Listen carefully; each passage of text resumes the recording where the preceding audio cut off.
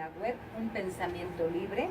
Tu amiga Lucero Márquez te da la más cordial bienvenida y como todos los martes y jueves de 12 a 1 se encuentran conmigo María Elena Esquivel. Muy buenas tardes. Y Carmen López.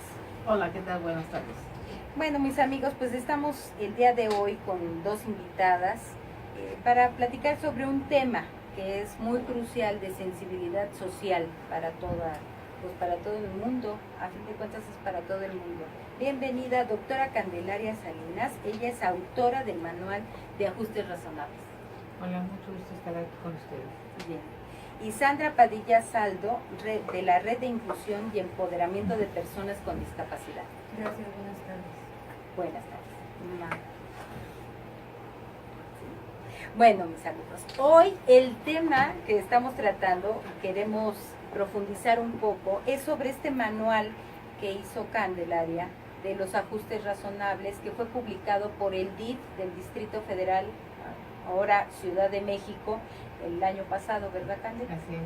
Y fíjate que una de las cosas que estaba yo viendo en esta lucha que se ha dado por sensibilizar a la sociedad es de que desde la Segunda Guerra Mundial se empezó a tomar en cuenta a las personas con discapacidad, ya que pues por cuestiones de guerra, ¿verdad? Pues nos los mandaban todos maltrechos, cantos, dados a la tostada, y decían, no, tenemos que dejarlos en cuestiones funcionales, vamos a dejarlos en condiciones de que puedan servir a la sociedad.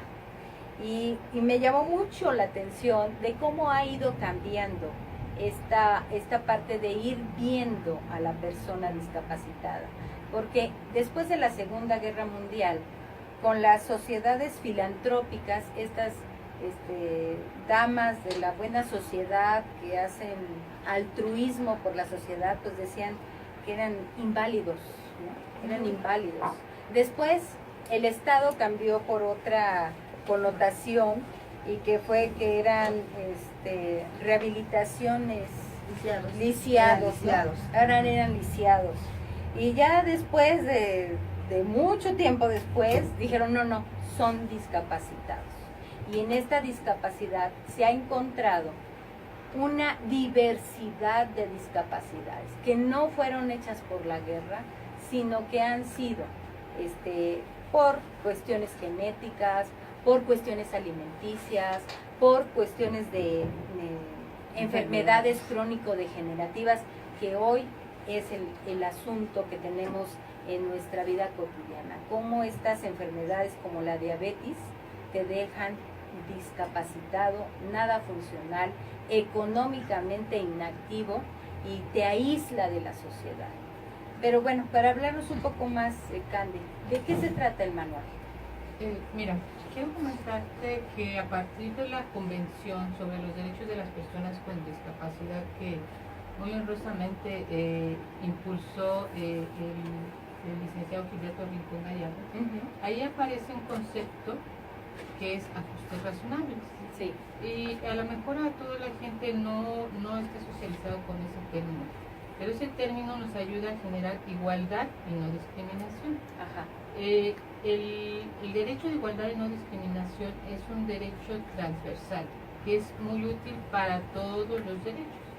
Antes de continuar con el término de ajustes razonables, quiero darte otro concepto que en el manual también precisamos, que es el modelo social. Sí. Antes pensábamos que la persona con discapacidad tenía que adecuarse a las escuelas, al trabajo, él tendría que ver cómo le hacía para estar en iguales condiciones que los demás. Esta convención, que es muy importante, señala que no es la persona con discapacidad que se tiene que adecuar. La sociedad misma tenemos que quitar esas barreras, eliminarlas, todo ese entorno. No solo barreras físicas, sino barreras de comunicación, barreras de información, barreras de mala actitud. De mala actitud hacia los otros, ¿verdad? Porque nada más lo ven por su condición de discapacidad y ya no le dan empleo, ya no lo aceptan en la escuela, ¿no? Entonces, teniendo en mente eso que nos corresponde al gobierno, a empresas, a toda la sociedad, instituciones privadas, a todos, cambiar esas barreras para lograr igualdad de condiciones de las personas con discapacidad, pues tenemos un panorama muy interesante, ¿no? Sí. Entonces, la convención es del año 2008 y no todas las personas conocen esos lineamientos. Fíjate que no hay como información, lo que hemos venido planteando aquí en el programa, y lo hemos venido retomando, esta amplia divulgación de los acuerdos, de las leyes, de las herramientas en las que yo como ciudadano puedo tener, pues para tener una vida mejor, ¿no? Y para exigir que me traten bien y no que me están haciendo un favor, que era algo que nos comentaba Sandra hace rato, un poquito, en el sentido de cómo una madre trabajadora en instancias no hay esa capacitación, esa divulgación en los centros de trabajo para saber qué vamos a hacer, ¿no, Sandra? Bueno, desde la perspectiva de ciudadano, puedo decirte que no solamente no tenemos el conocimiento social de que existe la Convención para Personas con Discapacidad, que es lo que nos puede ayudar para pedir nuestros derechos o decir, mira, tengo derecho a esto, o podría ser más amable para simplemente con la sensibilización. También tenemos que modificar la estructura, que es una cuestión muy importante porque muchas leyes son discriminatorias. Por ejemplo, no dan acceso a las personas con discapacidad, de cualquier discapacidad que tú quieras, a ningún lado. Otras barreras que tenemos son las físicas, que tampoco existen con las normatividades requeridas para las propias discapacidades. Y podemos empezar desde casa, ¿no? Desde casa, los que tenemos niños con discapacidad, también estamos aprendiendo esta inclusión general, social, donde tenemos que tratarlos como personas y tenemos que seguir la sensibilización con el resto de la sociedad para que nos vean como personas. Sí. No, pero además imagínate, si hemos dicho que los padres se tienen que educar, tú con un niño con discapacidad, pues te tienes que reeducar más, ¿no? Por supuesto. Más para poder tener esas herramientas de poderlo tratar, de poder ser, porque se supone que son más sensibles, son más hipersensibles, ¿no? Sienten tus malas vibras, ¿no? En ese momento amanecí de malas y hoy no ahora te quiero tocar, sí, hoy no quiero escucharte. Y entonces, ¿qué hago, no? Todavía con el otro no quiero nada y de un ladito, pero ellos se ponen... que como sociedad conozcamos la existencia no solamente de la palabra discapacidad o que nos imaginemos que es una persona deforme, hay varios tipos de discapacidades, que conozcamos todo el tipo de discapacidad que existe y que sepamos los estándares mínimos para tratarse. Claro. Por ejemplo, para una persona débil visual, sí. Es un tipo de estándar y de tratamiento. En el caso de mi hijo con autismo es otro, pero sabemos que no podemos ser todólogos. Sí. La vida nos va a ir enseñando, tanto a nosotros como ciudadanos como en las instituciones como servidores públicos. Claro. Pero yo creo que parte desde la perspectiva humana de que cada uno tengamos esa sensibilización natural y una empatía, porque sabemos que nos pueden dar miedo a las personas con discapacidad o alguna deformidad. Pero pensemos que todos somos humanos, todos somos personas, todos tenemos los mismos derechos y las mismas alas, solo la forma de volar es diferente, ¿no? Así es. Entonces, a partir de eso, podemos ser empáticos con ellos. No tienes que gritar, no tienes que hablarle como un Dios, que, como claro. Apaches, ¿no? Sí, traerme claro. esto, no, para nada. Solo hay que tratarlos normal, como a nosotros nos gustaría que nos trataran. A partir de eso, darle la dignificación, sin restringírsela, yo creo que es un parteaguas importante en la sociedad, ¿no? Sí, fíjate que Cande, sí me gustaría ahí como que profundizáramos en esta parte de la diversidad de las discapacidades. ¿Por qué? Porque yo me acuerdo, mi mamá fue maestra de niños, les decían pequeños infractores, me acuerdo. Entonces ella se especializó en niños sordos. Entonces a mí me gustaron los niños sordos, ¿no? Sabía de todo un poco, pero como que eran 3 clasificaciones: los débiles visuales, los niños sordos y los niños que pues de retraso, que realmente los tenían en sanatorios particulares, los tenían escondidos.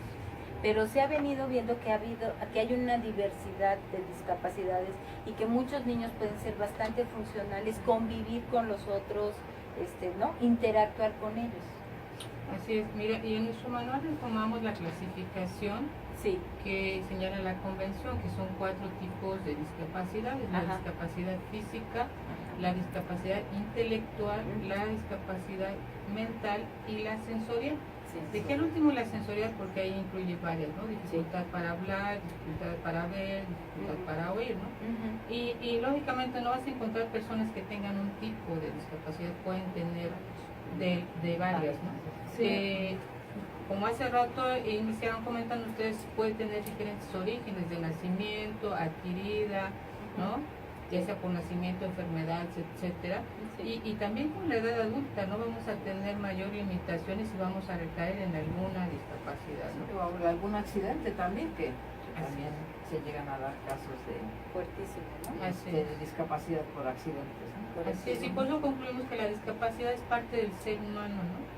Que nacemos con limitaciones como bebés, Ajá. ¿verdad? Sí, Y vamos a terminar en la etapa adulta con muchas limitaciones. Entonces hoy por hoy, por eso tenemos que hacer muchos cambios en nuestro entorno para garantizar los derechos no solo de las personas con discapacidad, sino de todos y todas, ¿no? También un término que no utilizan muy adecuadamente es el diseño universal. Ajá. Y te voy a dar un ejemplo de lo que es un diseño universal. Es una modificación que podemos usar todos y todas. Sí. Por ejemplo, en las vialidades, vemos que la terminación de las banquetas las están haciendo así como tipo rampa, Sí. donde lo utiliza la mamá que trae un carrito, una carriola, el adulto mayor que lleva su andadera. Es un diseño que todos, muy cómodo, que todos y todas utilizamos, ¿no? Claro. Entonces, así, por cada tipo de discapacidad hay ajustes razonables específicos. Y el término razonable es precisamente que no es gravoso, que solamente el detonante para hacerlo es la voluntad de la empresa, el servidor público. Son sencillos. ¿Por qué? Porque ya partimos de que en la Ciudad de México ya hay políticas públicas donde ya hay ciertos lineamientos que deben de cumplir en diferentes derechos y lógicamente hay un presupuesto, ¿no? Lo que no cubra ese programa anual que hacen ellos, entonces lo va subsanando a través de ajustes razonables. Y para que el auditorio tenga en mente, te voy a decir por cada tipo de discapacidad un ejemplo de ajuste razonable. Para personas con discapacidad visual, si tú le das un texto, pues lógicamente impreso no lo va a leer, entonces es más fácil que tú se lo hagas en audio, ahora con nuestros celulares es bien fácil leerlo y hacerlo, ¿no? O hay convertidores de texto, si tú tienes el documento en Word, lo cambias en audio y él puede tener acceso a esa información, ¿no? Si es persona con debilidad visual, te pide el documento en letra más grande, ¿no? Sí. Vas a gastar más papel, pero él lo alcanza a ver en un tamaño de letra más grande. Y es sencillísimo ese ajuste. Para discapacidad mental, ellos generalmente te piden tiempos, diferente tiempo, porque para ellos estar en un lugar más de una hora a veces les genera una ansiedad, ¿no? Entonces a veces vas a hacer espacios de receso para que se salga, se despeje y no se detonen esos resistencias, ¿no? Digo, no es gravoso que si tú ibas a dar una reunión en una hora, lo hagas en hora y media por haber dado ese receso para que la persona tenga, ¿no? Además, a veces piden lugares con buena iluminación, buena ventilación, ¿no? Porque luego a veces se siente uno encerrado y también detona la ansiedad. La ansiedad. En discapacidad intelectual, como son personas que no alcanzan a entender documentos muy amplios, es necesario hacerles la información en lectura fácil, a veces incluso con dibujitos, oraciones muy sencillas, digo, lo vemos en los kinders, como lo hacen. Es tan sencillo darles esa información. Y en discapacidad auditiva tenemos el intérprete, ¿no? Que es indispensable, pero no solo es tener el intérprete, ese intérprete debe manejar palabras, porque hay muchas situaciones que dicen que son intérpretes y no están haciendo la interpretación de palabras que sean muy complicadas para ellos. También los intérpretes colocarlos en un lugar adecuado en el lugar donde esté, ¿no? Claro. Si tú tienes al intérprete acá adelante y la persona con discapacidad auditiva está hasta atrás, pues ¿cómo va a ver a la persona? Nada, ¿no? Ni se oye ni se ve, ¿no? Claro. Ni se oye ni se ve. Así es. Y en general, mira, ajustes que hacemos en reuniones nosotros, si sabes que hay situaciones de que tenemos que desalojar en cualquier momento las instalaciones, pues colocarlos a ellos en unos lugares especiales para que Estrategias, puedan más salir cercanos a la salida. exactamente y tener alguna persona que les apoye, no dejarlos. Salen todos y los dejan ahí, ¿no? Entonces son detalles sencillos. Ahorita me viene a la mente un caso, mira, una jovencita estudia en secundaria, la colocaron en el primer nivel, primer piso de su salón, y ella usa bastón. Su única secuela es usar bastón. Ajá. Entonces, cuando hacían los simulacros, a la criatura la dejaban abandonada en el salón. Entonces, ¿cuál es el ajuste razonable? Nosotros no podemos pedirle a la escuela que haga un elevador, eso no sería razonable. Claro. Un ajuste razonable es que le pidamos a la directora que su grupo completo esté en planta baja. Claro. Y es un ajuste sencillo, igual a condiciones para que ella pueda salir por su propio pie y que no la dejen abandonada. En términos generales es Porque eso. ni siquiera la esperan, ¿no? Se salen y Claro, nos también vamos, hay ¿no? esa Porque tienes que evacuar en sensibilización, determinado tiempo Segundos. y bajarte y formarte, ¿no? Y estar en el punto de reunión. Fíjate qué impresionante. María Elena, tú por ahí traías unas cifras, ¿no? Sí. Porque me impresionó mucho que en nuestro país donde más tenemos personas con discapacidad es en el Estado de México, en la Ciudad de México y en Veracruz. Y entonces es interesante, bueno, qué bueno que la Ciudad de México pues ya está este manual, pero faltaría ver cómo va avanzando en las otras entidades federativas este manual o cómo vamos en Mira, aumento. antes de entrar a las cifras, yo quisiera, hablamos de ajustes razonables. Eso a mí me motiva mucho. ¿En qué sentido? Desde épocas, hace años, miles de años, ¿verdad? El ser humano nacía en ciertas sociedades y ahí te revisaban para ver si venías perfecto, ¿verdad? Y si no cumplías con esos estándares, pues ahí te aventaban y te mataban, ¿no? O sea, y tal parece, sí, te desechaban, sí, se desechaban, ¿por qué? Porque no cumplías esos estándares.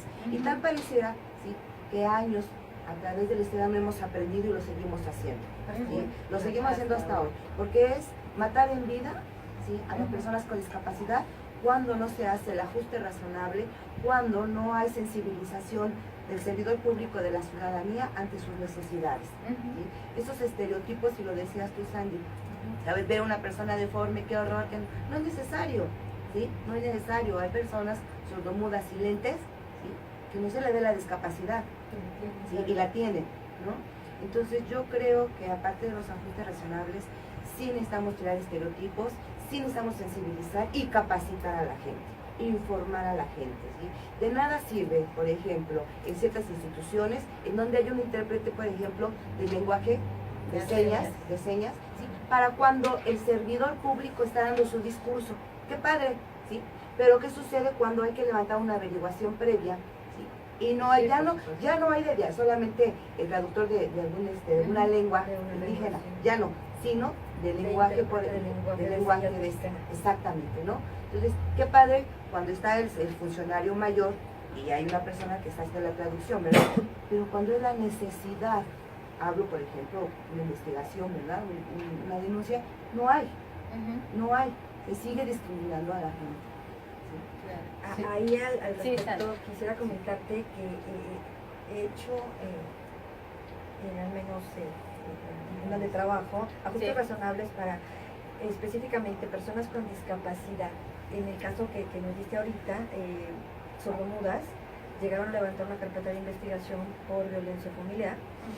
Evidentemente no hay muchos traductores en la dependencia. Lo que se solicitó fue hacer un llamado, generamos, reorganizamos la cita para, casualmente el día de la cita llegó otra persona con discapacidad. Mira, se juntó. Ahí lo importante y el clic que sí quisiera dejar en claro es que desde que entró la persona hay que dirigirse a ella, no al traductor, a ella, le da más confianza, se vuelve más empático. Y de verdad, al final llegaron a una mediación y ya no fue necesario levantar el acta. Porque ahí la víctima es el denunciante, la denunciante, no el traductor o la traductora. Exacto. ¿No? Eso hay que quedar claro. Entonces, y entonces ya mediaron. Sí, se fueron a mediación para no hacer algún tipo de conflicto ahí, para arreglar la situación en otras áreas, ¿no? Y eso fue a partir de que le dimos esa dignificación me dirijo directamente a ti. Claro. Y espérame, de verdad, porque saben, de los labios yo no lo sabía. Claro, Sí, claro. Y de verdad le cambias la vida cuando le das la atención con calidad, con calidez, con empatía, cuando te pones ¿sí? en el lugar de la otra persona, les Claro. cambias la vida. ¿sí? Y entonces ya das una dignificación. Y ahí también Carmen, ¿no? Ha estado trabajando esos temas.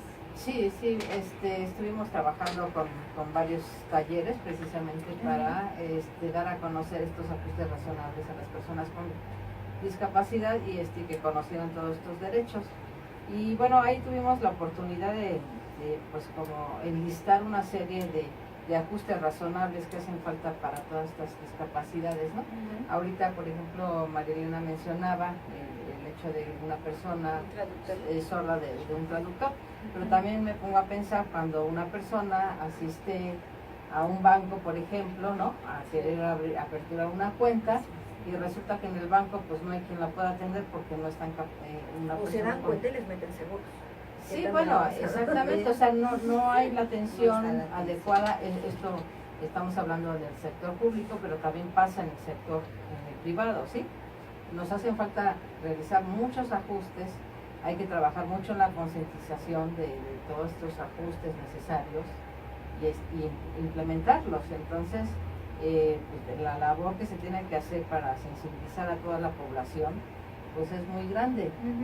Y aquí seríamos un llamado a todas las instituciones públicas y privadas y a la sociedad en general, pues que trabajáramos en esto.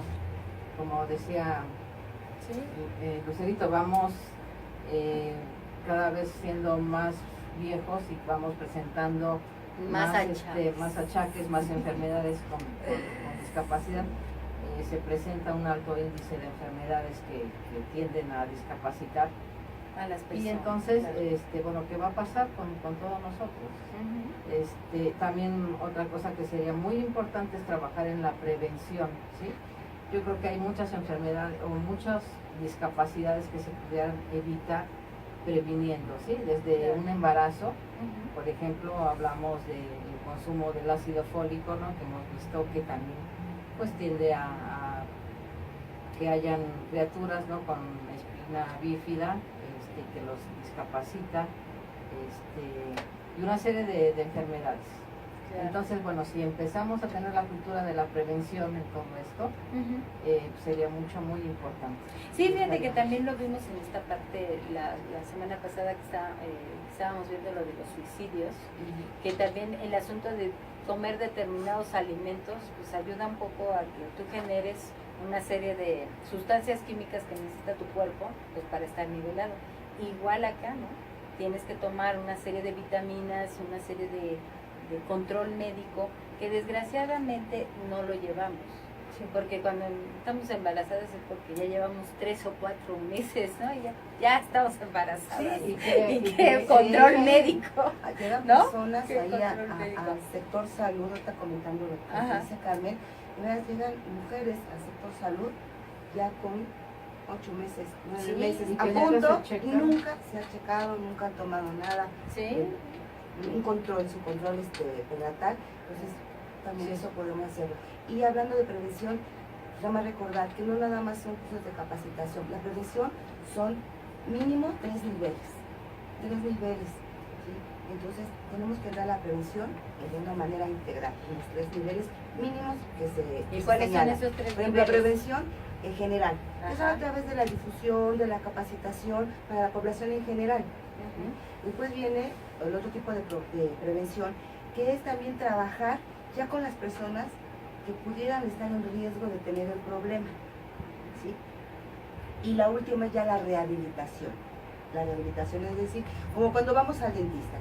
Primer nivel, ¿sí? Vas, ¿sí? Escuchas pláticas de cómo debes de lavarte los dientes, los alimentos que no deben de consumirse en exceso, etcétera, y es general para toda la población. El segundo nivel sería para aquellos, por ejemplo, niños que están en riesgos de que tengan más caries, ¿sí? Por ejemplo, por su alimentación, consumen muchos dulces, ya se está detectando ahí un problema. Y ya la tercera, la rehabilitación, es ir ya al dentista, ¿sí? Porque el niño ya tiene caries, porque el niño ya tiene problemas dentales. Son los 3 niveles, ¿sí? Tenemos que utilizar la prevención a través de la difusión de la capacitación para la población en general. 2, para grupos que estén en alto riesgo. Y la tercera que tiene que ver ya con la rehabilitación. Serían esos 3 niveles, Lucero. Pues Mínimos, mínimos. Y que nosotros pues tenemos que ir tomando conciencia, y como decimos, ¿no? Una responsabilidad social.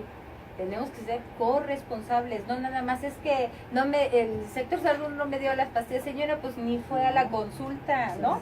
Tenemos que ser corresponsables y a partir de ahí podemos establecer muchas y prevenir muchas situaciones, ¿no? Situaciones.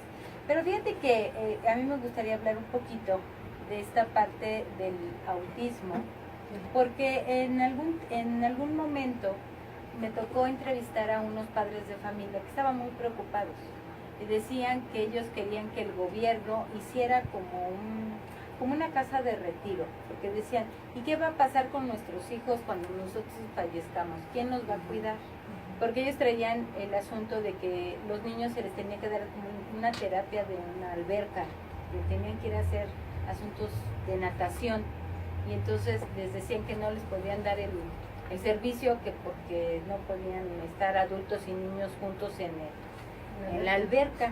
Entonces traían todo un asunto de que querían que los trataran, ¿no? Y que además la alberca más cercana que tenían era la de Guelatao, y además de que era la de Guelatao, ellos vivían pasando Zaragoza, y entonces les decían, es que como usted vive en el Estado de México, yo no le puedo dar el servicio en la alberca de aquí de Guelatao. Y decía, pero si nada más nos separa la avenida y es la que me queda más cercana. Entonces decían, ¿qué vamos a hacer? ¿Cómo vamos a dar nuestras terapias? Traían toda esta parte de me decían, Lucero, ni podemos trabajar, ¿no? Porque lo tengo que llevar a la terapia y luego lo tengo que llevar a otra plática y luego lo tengo que llevar a otra situación. Dice, entonces realmente nosotros somos hijos de familia de nuestros papás, porque ¿quién atiende al niño? Entonces me decían, ¿qué pasa? Y la verdad es, ¿qué está pasando? ¿Qué está pasando? Sí hay una atención, sí se les incluye, sí están haciendo espacios para atención o no. Como atención existen muy pocas a nivel nacional. El índice de niños con autismo está creciendo. No sabemos específicamente el número, pero se dice que de 140, 30 y en aumento son con autismo. Se da más en niños que en niñas. Ellos tienen 3 problemas en especial, que es la socialización, que no se dejan tocar, y cuestiones de habla. Los ruidos son muy sensibles en todos. De hecho, acaba de ser el Día del Autismo, el 2 de abril. Y bueno, como espacios tenemos uno privado, que es de la Fundación Teletón, que no da mucho espacio a los niños porque son muy costosos, cuestan alrededor de 15,000 pesos cada niño por el tipo de terapia que se les da. Son muchas terapias. También a nivel federal tenemos el CISAME, Centro de Integración Sensorial. También es muy bueno, y él da terapias, las específicas ambiental y cognitiva y demás para los niños. Lamentablemente es el único que hay. Niños del interior de la República tienen que venir para el CISAME pero hay muchísimos, solamente les dan una vez por semana 2 horas. Son muy buenas. Insuficiente. Sí, es insuficiente. En el Teletón se les dan 5 horas diarias. Pero aún así, 15,000 pesos. Sí, bueno, te hace el estudio socioeconómico y pero solamente están recibiendo ahorita 220 niños porque es muy poco el presupuesto. Las instalaciones no son tan grandes, el material, los terapeutas, los especialistas, todo lo que conlleva es muy pesado. Tenemos también la del gobierno del Distrito Federal, que se acaba de inaugurar, pero también está saturada. Teletón tiene una lista de espera de más de 1,000 niños. En el CISAME estamos por las mismas, imagínense ahorita con la que se abrió en el Distrito Federal. También se abrió una en Chimalhuacán, que se llama Los 2 días. No hay mucho espacio, nos faltan clínicas para autismo. Se están abriendo, si es cierto, estamos haciendo, bueno, el gobierno está haciendo un esfuerzo para abrirlas, no son suficientes por el momento, pero hay algo. Y en censo, hermosa, tienen un censo, porque me acuerdo que apenas en INEGI empezaron a decir que querían meterlo como un asunto de que la gente pudiera censarlos. Porque bueno, nosotras las mujeres siempre andamos peleándonos con el INEGI, que todo lo cense, que lo contabilice y que no nos invisibilicen. Pero creo que andaban viendo en el censo. No se puede, bueno, debe de haber un censo, yo lo desconozco, lo que te puedo decir es que como tal, Ajá. es cierto que le da más a los niños que a las niñas y Sí. vamos creciendo, Va en vamos aumento. aumentando los niños con autismo. A eso aumentale que no existe la forma adecuada de identificarlos. La segunda red que mencionabas tú, ¿por qué? Porque no tienen alguna enfermedad física. Claro, Siempre claro. te dicen que los estás maleducando. Así es. Cuando en realidad Así es. tienen autismo. Ahora que lo conoces, pues te puedes identificar, pero no.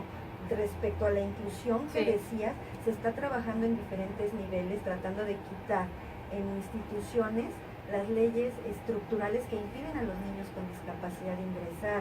Ajá. Se están tratando de dar ajustes razonables que serían para los de tengo discapacidad psicosocial, me cuesta trabajo, Ajá. pero para que los que nos estén escuchando, que estén en la misma situación, los ajustes razonables serían las herramientas que nos faciliten a nosotros entender la situación que se está viviendo en ese momento para nosotros. Ok. Por ejemplo, en las escuelas, bueno, con la ley de educación ya se está, es obligatorio que los niños discapacitados entren con los regulares. Eso nos ayuda mucho, en especial en el autismo, Claro. porque nuestros niños con autismo van a enseñarles a los niños regulares cosas Claro, sensibles. claro. Sí. Y ellos, los regulares, no es porque los separen, si No, no, no, quiero no. discriminar, van a retroalimentarse. Si los ven Van a crecer discapacitados ambos. desde la guardería y demás, cuando estemos en universidad, no vamos a tener Van a ninguna ser parte de diferencia, nosotros, son claro. partes.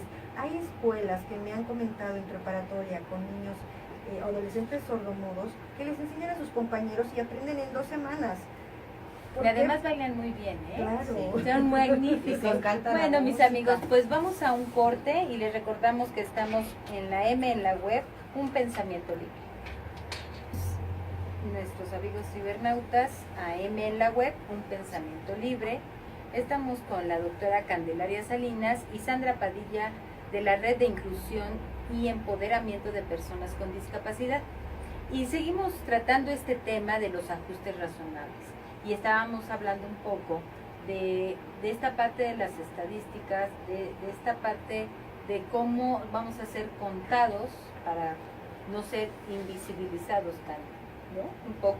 Así es. Bueno, y me recordaba que esta Sí. semana hubo un acuerdo en el Senado de la República donde están dando instrucciones para que se haga precisamente ese programa para hacer un censo. Así es. Son muy importantes los censos porque dependiendo de la cantidad, qué tipo de discapacidades, empiezan a generarse las políticas públicas, ver qué se necesita. Pero es un reto enorme porque hay discapacidades que no siempre las diagnostican oportunamente. Entonces hay que trabajar mucho. No solo nos hemos percatado que están desarrollando una discapacidad. Así es. ¿No? Entonces, bueno, eso va a ser este tema de poder ser muy eficientes, calificados para poderlas diagnosticar. Por otro lado, el tema de ajustes razonables es importante por esta razón. Hubo reformas en la Constitución en el 2011. A raíz de eso hubo reformas en el Código Penal Federal y del Distrito Federal que tipifican la discriminación por motivos de discapacidad como un delito penal. Así es. Entonces ya se están dando algunos casos, ya tenemos no directamente un precedente jurídico, pero sí algunos casos que se han litigado porque no han aplicado sus ajustes razonables. Entonces, desde nuestra organización y las redes que presidimos, hemos identificado que pues ahorita tenemos que sumar, ¿no? Fortalecer todo este quehacer público.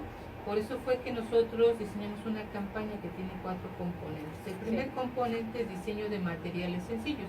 Porque si tú revisas en la web, te puedes pasar ahí todo el día buscando mucha información.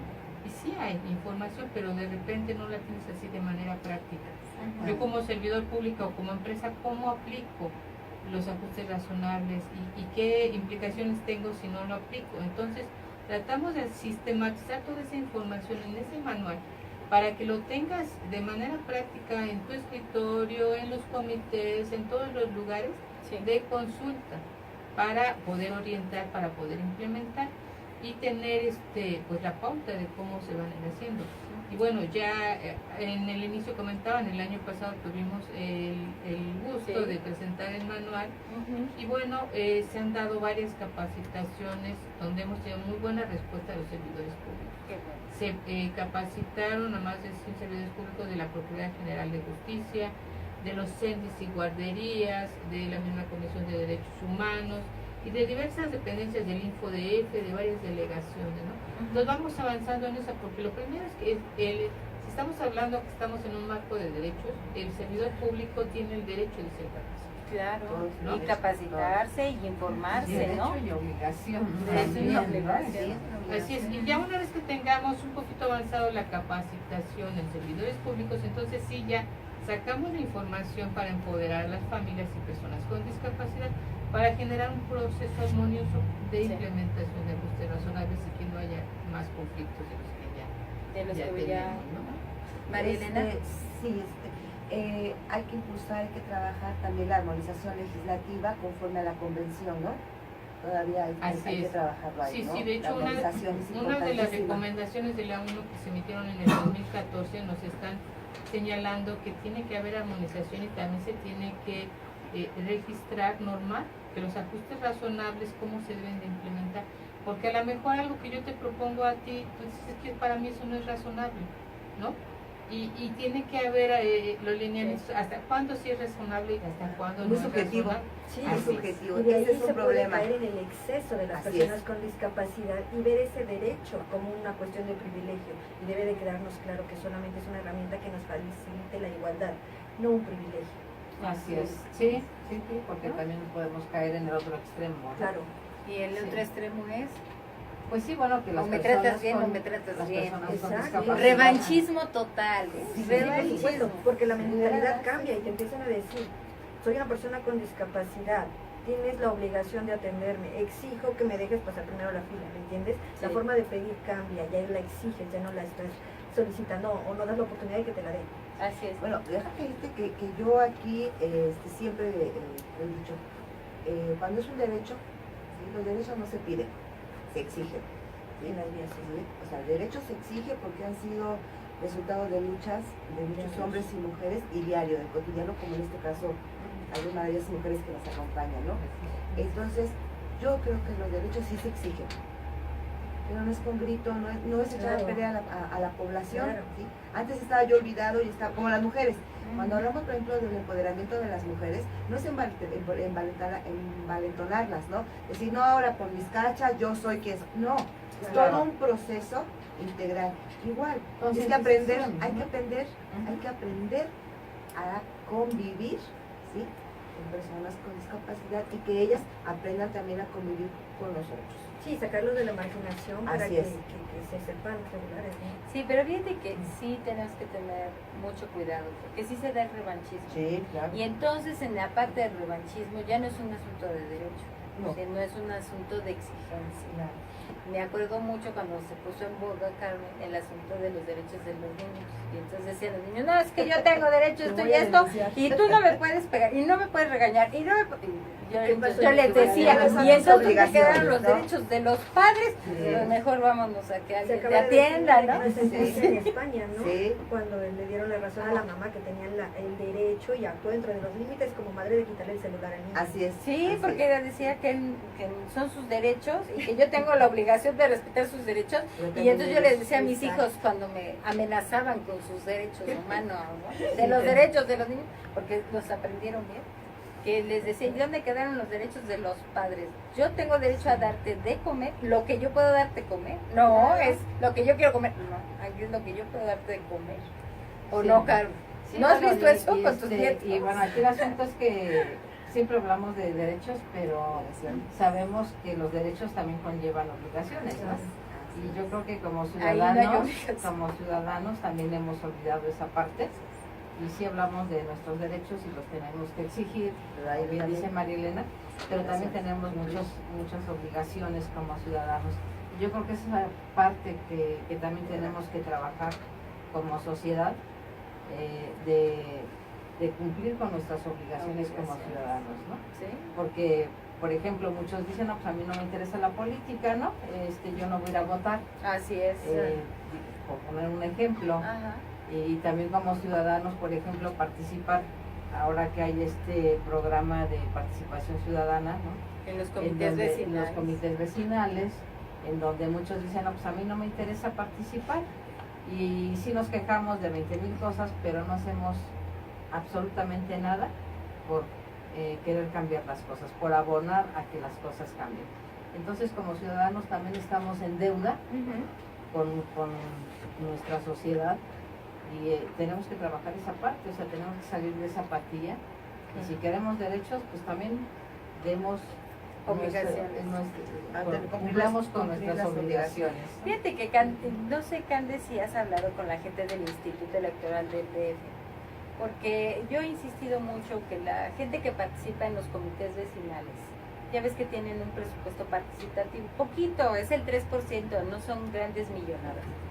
Pero desgraciadamente los presupuestos participativos los utilizan que para luminarias, que lo utilizan para para la patrulla, que lo utilizan para rehabilitar, no sé, a lo mejor un área común.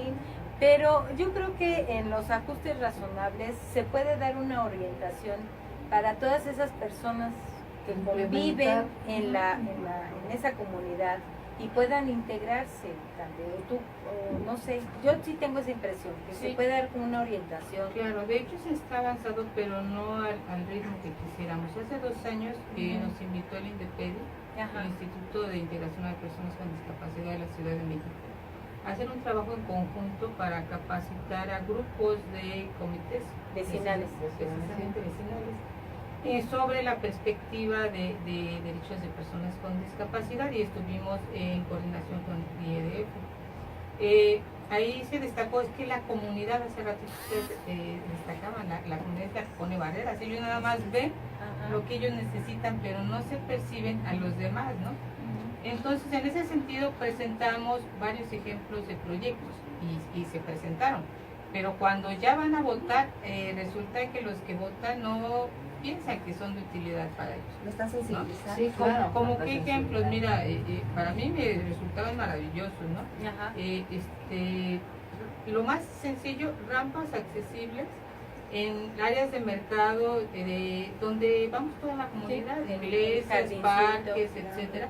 Ahí poner las rampas que sean accesibles, Claro. porque hace rato lo comentaban, lo usamos todas. Cuando tú vas y tienes enfrente escaleras y la rampa, ¿qué usamos? Todos vamos a la rampa. Así es. Entonces es un diseño universal. Entonces se concientizó a los grupos de comités que estuvimos en ese tiempo que era importante esas adecuaciones, no solo las banquetas, sino que tuvieran ese diseño universal. Otro, los juegos incluyentes, porque luego hay juegos donde no pueden subir a los niños.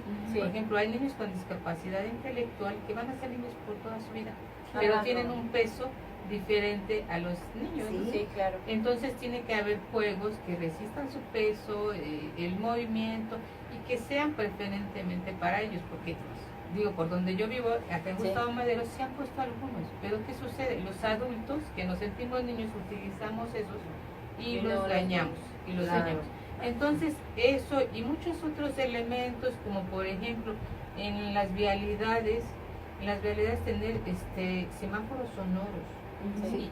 Y no solo sonoros, sino que estén ahí con la luz, porque tenemos Sí. personas que son sordas y están viendo la La lucecita o los números que ya va a cambiar. Ahorita- Es importante hacer esas adecuaciones, se les concientizó sobre algunos ejemplos, Ujú. pero ahorita desafortunadamente que tendremos que trabajar mucho directo en la comunidad para hacerles conciencia que eso nos va a servir a todos.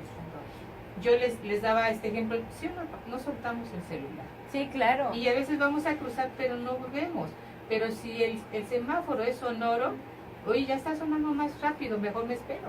Claro. ¿no? No, a mí me ha sorprendido, Cande, que van con los audífonos y atravesando la calle. Yo digo, y no voltean para ningún lado, ¿no? Y luego no queremos que no pase nada. Ahorita que mencionabas Sí. esos ejemplos, Cande, se me viene a la mente. Por ejemplo, contamos en la ciudad con las alarmas sísmicas. Ajá. ¿sí? Y bueno, pues los que escuchamos nos damos cuenta de cuando suena la alarma sísmica. pero los que son sordos, por ejemplo, pues ni enterados, ¿verdad? De que ya se nos viene un temblor fuerte. Entonces, por ejemplo, en las colonias sería muy importante implementar a lo mejor semáforos en donde prendiera una luz cuando haya ya la alarma de que va a haber un temblor. Sí, y esto, por ejemplo, pues podría ser muy importante que se metiera en un proyecto en estos programas de participación ciudadana. De verdad, Y porque mira, la delegación hace las banquetas y ahorita yo veo que andan destruyendo por todos lados. Espero que ya no siga así como campo de concentración, ¿no? Pero tú en tu comunidad, te supone que ese presupuesto lo utilizas para que puedas sociabilizar, para que puedas utilizar el espacio público. Esos pequeños presupuestos yo creo que sí deberían de utilizarse para eso. Porque fíjate que hay un dato interesante. Ya hay un censo que demuestra en los últimos años que las personas a partir de los 55 años de edad ya tienen una discapacidad, desde los 55, y tenemos una capacidad de vida como de a 75 en buenas condiciones, ¿verdad? Buenas condiciones, y primeramente Dios llegamos a los 90. Aumentando, tomando en cuenta que todos somos jóvenes. Exactamente.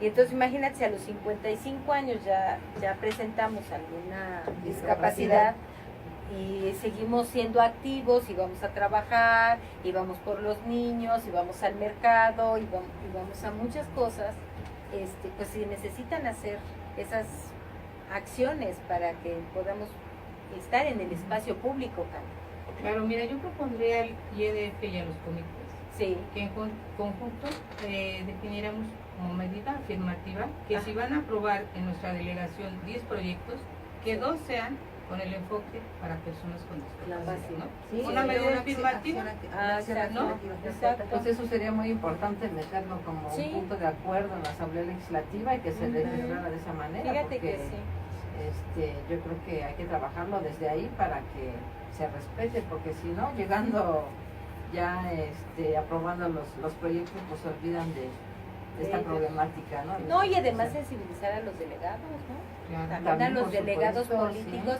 ahora posibles alcaldes de la ciudad, pues que también vean esa parte, ¿no? Que vean esa parte de cómo no hay equipamiento para las personas de la tercera edad y todos vamos en auge, galopando sin parar a la tercera edad y necesitamos instalaciones adecuadas para convivir, para hacer el tejido social. Nos quejamos de mucha violencia, nos quejamos de mucha individualidad y no estamos haciendo tejido social, haciendo estas políticas de integración.